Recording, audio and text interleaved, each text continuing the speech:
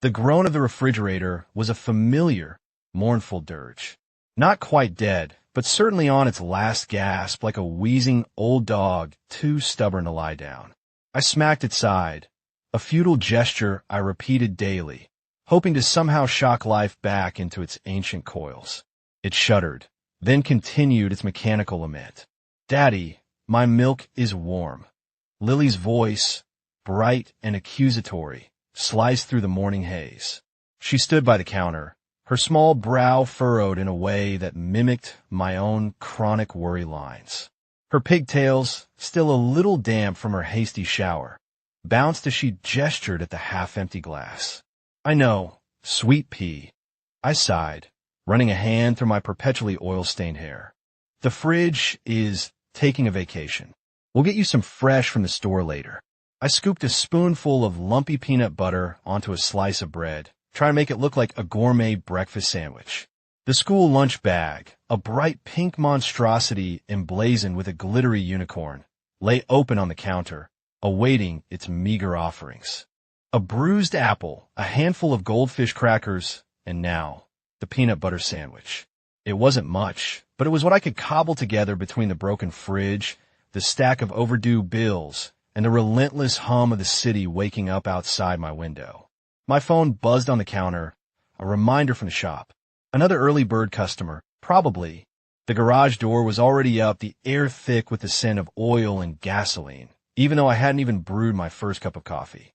The life of a single dad, owner of Dave's dependable drifters, was a constant juggling act, a precarious tower of responsibilities threatening to topple at any moment. I just hoped today wasn't the day the whole damn thing came crashing down. "Eat up, kiddo. We gotta go. Mr. Henderson's '78 Ford isn't going to fix itself."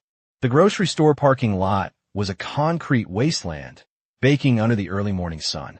Cars shimmered, heat rising in wavy distortions from their metal shells.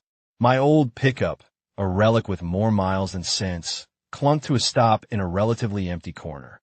I needed milk, eggs, and a prayer for my fridge. A sleek black sedan, the kind that whispered expensive and impulse buy, pulled into the spot next to me.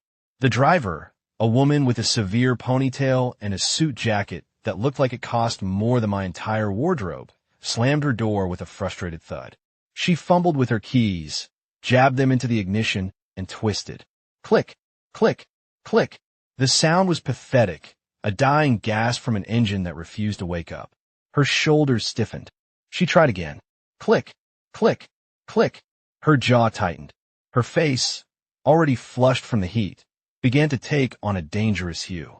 "Oh, for God's sake," she hissed, her voice a low growl that still managed to carry through the open window. She pounded the steering wheel, a muffled thwack against the leather that I watched, momentarily captivated. It was like observing a wild animal in its natural habitat. Only the habitat was a grocery store parking lot, and the animal was a woman in a designer suit having a very bad morning. She ripped open her car door, her movements sharp and agitated. She yanked out her phone, mashed it against her ear, and began pacing in tight, furious circles. "No, I don't have time for this," she shrieked into the phone, her voice escalating to a frantic pitch. "I have a board meeting in 20 minutes, and my car is dead. Yes, dead. Like my career if I don't get there. No, I don't have AAA. What do you mean, be patient?" Her eyes, dark and stormy, swept across the parking lot, searching for a scapegoat, a target for her escalating fury. And then they landed on me, still in my grease-stained uniform, holding a carton of milk, looking like I just rolled out from under a car. She stomped towards me, her heels clicking like angry metronomes on hot asphalt. "You," she barked, her finger jabbing the air in my direction. "Are you just going to stand there? Can't you see I'm having an emergency? My car won't start. Do something." I blinked, the carton of milk feeling suddenly heavy in my hand. "Ma'am, I'm just trying to buy some milk." "Milk?" Her laugh was a short, sharp bark, devoid of humor. "My life is falling apart, and you're worried about milk? This is a disaster. I'm going to be late. I'm going to lose my job. And it's all because this stupid car won't start." She gestured wildly at the black sedan, her face contorted in a mask of pure, unadulterated stress. "Don't you know anything about cars?" I took a deep breath, the scent of exhaust and hot pavement filling my lungs. "Actually, ma'am," I said, my voice calm, almost a murmur against her tirade. "I know quite a bit. I work here." I gestured vaguely towards the street, where the sign for Dave's Dependable Drifters was visible, albeit small, in the distance. "Well, not here, but my shop is just down the street. And it sounds like you have a dead battery." Her mouth snapped shut. The anger in her eyes flickered, replaced by a dawning comprehension, then a blush that crept up her neck and stained her cheeks a deep crimson. The fury drained from her posture, leaving her looking suddenly small and utterly mortified. "Oh," she whispered, the single syllable barely audible. She looked at her car, then back at me, her gaze dropping to my oil-stained shirt, then back to my face. "Oh, my God, I am so sorry. I'm really late, and my boss is a terror, and I haven't slept," and her voice trailed off, her shoulders slumping.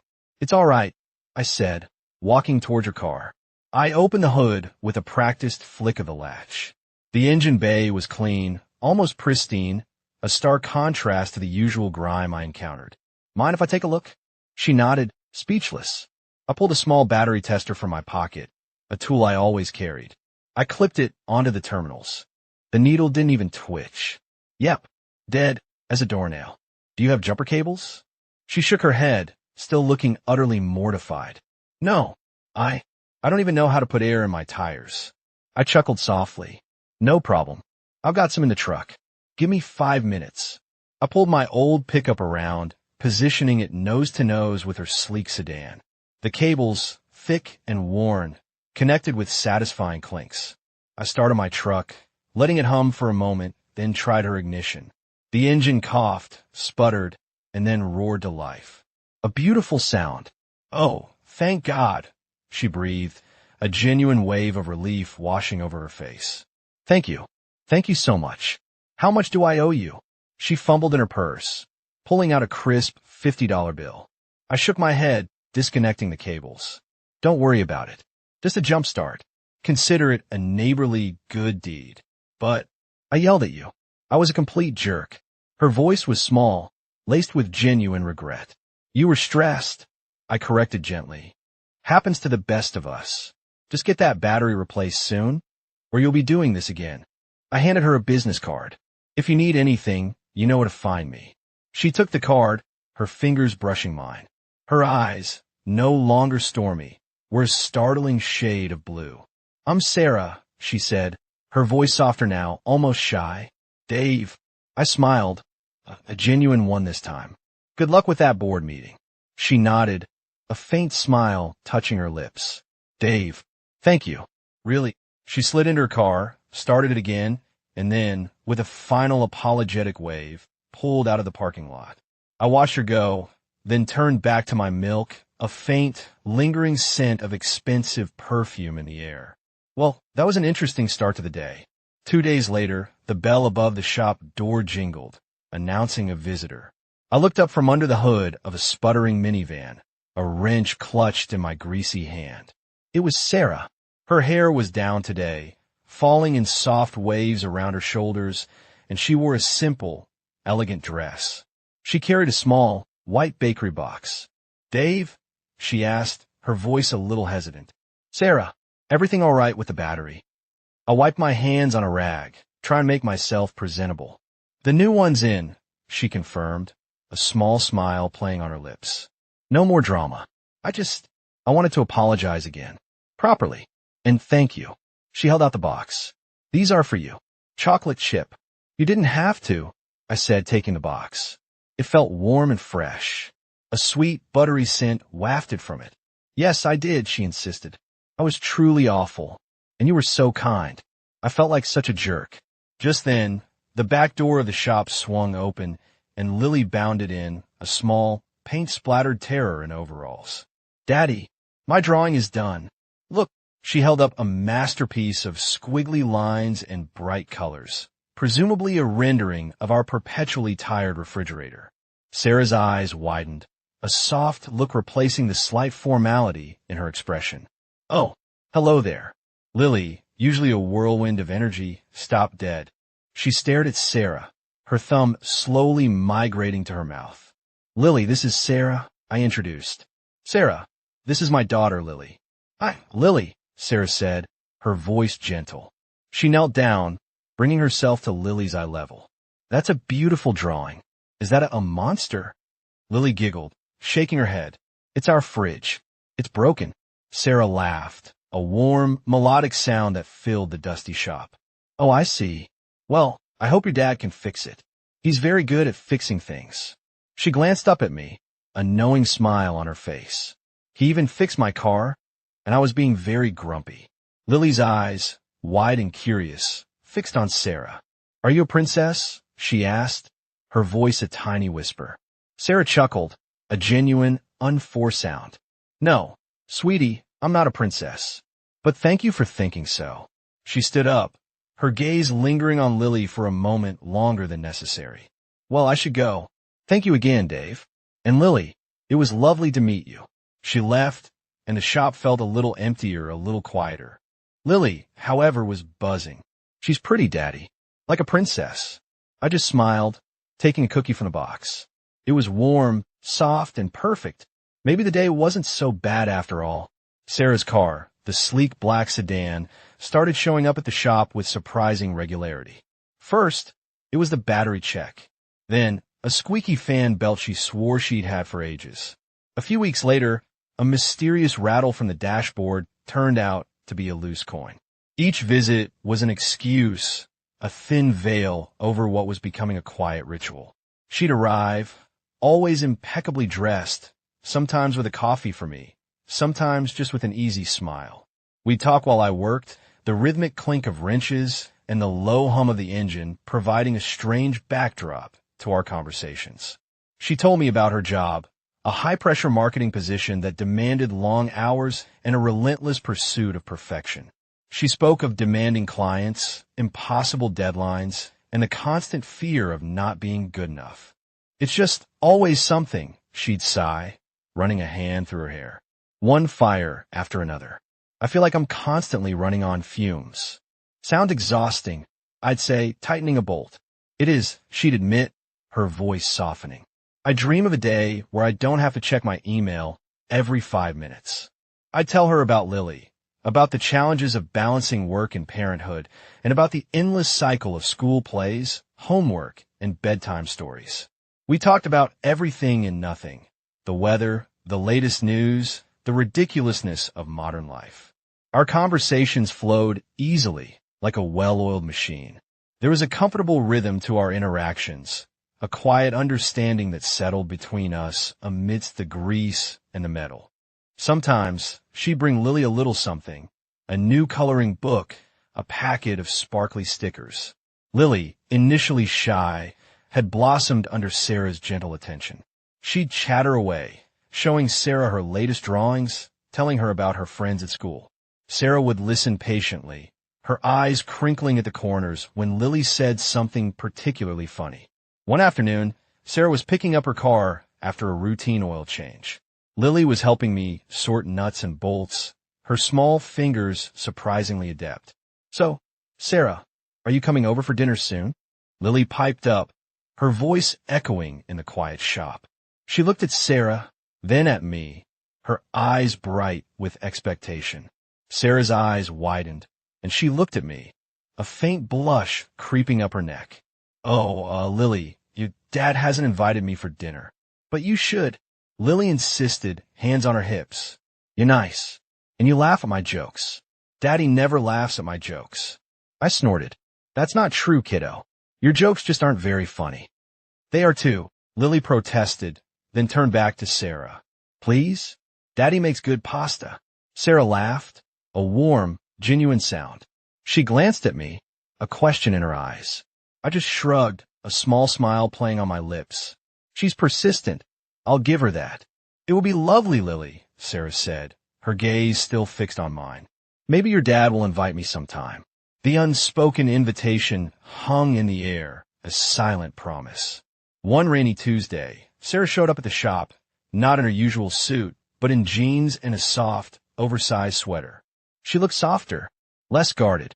She sat on an overturned tire, watching me work, the rhythmic clink-clank of my tools filling the silence. You know, she began, her voice quiet. That day in the parking lot wasn't just about being late for work. She picked at a loose thread on her sweater. My boss had just called and told me I'd lost a major account, one I'd worked on for months. It was a huge blow, and it felt like everything was falling apart. Again, I stopped tightening the lug nuts, my hand still on the wrench. Again, she nodded, her gaze distant, fixed on the rainy street outside. My ex, he left when things got tough. He said he couldn't handle the pressure. Just packed a bag and was gone. No warning. Took everything he could, too. My savings, my confidence. He left me with a mountain of debt and a deep, festering fear of trusting anyone again. Her voice was barely a whisper, raw with an old pain. I built myself back up, piece by piece. Got this job, claw my way up. But that fear, it's always there. This constant anxiety that if I let my guard down, if I rely on anyone, they'll just leave. Or worse, hurt me again. She finally looked at me, her eyes clouded with unshed tears. That's why I was so stressed. That's why I snapped at you. It felt like the universe was just confirming that I was going to lose everything again. I walked over, pulling up a clean rag to sit on next to her. I get it, I said softly. My ex, Lily's mom, she just left. One morning, I woke up and she was gone. No note, no explanation. Just a half-empty coffee cup and a cold bed. She said she wasn't cut out for this whole family thing. Left me with a 2-year-old and a mountain of questions. I had to figure it all out fast. How to be a mom and a dad. How to run a business. How to keep a roof over our heads. It was a lot. I looked at my hands, calloused and scarred. You learn to rely on yourself. You build walls. And you tell yourself it's safer that way. She reached out, her fingers lightly touching my arm. Her touch was gentle and comforting. It's not easy, is it? No, I admitted, looking into her eyes. It's not. But then you meet someone who makes you wonder if maybe those walls aren't so necessary after all. Her lips curved into a soft, hesitant smile. Maybe. That night, after Lily was asleep, I texted Sarah. Dinner? This Saturday? My pasta isn't terrible. Her reply was almost immediate. Only if you promise to laugh at Lily's jokes. And maybe mine too. Deal, I typed, a smile spreading across my face. Our first real date wasn't at a fancy restaurant, but at a cozy diner downtown. The kind with red vinyl booths and a jukebox in a corner. Lily was at my sister's house, a rare night off for me. Sarah looked stunning in a simple black dress, her hair pulled back in a loose, elegant style. We talked for hours, the conversation flowing effortlessly from one topic to the next. We laughed, really laughed, the kind that made your stomach hurt and your eyes water. We shared stories from our childhoods, dreams for the future, and the small, silly things that made us who we were. There was a lightness to her tonight, a freedom I hadn't seen before. The stress lines around her eyes seemed to have softened, replaced by crinkles of genuine amusement. As the night wound down, the diner emptying around us, a comfortable silence settled. I reached across the table, my hand covering hers. Her fingers cool and soft, twined with mine. I had a really good time, Sarah, I said, my voice a little rougher than I intended. Me too, Dave, she whispered, her thumb stroking the back of my hand. Her eyes, usually so guarded, were open and vulnerable, reflecting the soft glow of the diner lights. Outside, the city hummed around us, a symphony of distant sirens and late-night traffic. We stood by her car, the air thick with unspoken words. The moment stretched, electric and fragile. Dave, she began, her voice barely a breath. I didn't wait. I leaned in, my hand cupping her cheek, my thumb brushing her jawline. Her skin was warm and soft beneath my touch. Her eyes fluttered closed as our lips met. It was a tentative kiss at first, then deeper, a gentle exploration, a silent promise. Her hand came up, her fingers threading into my hair, holding me close.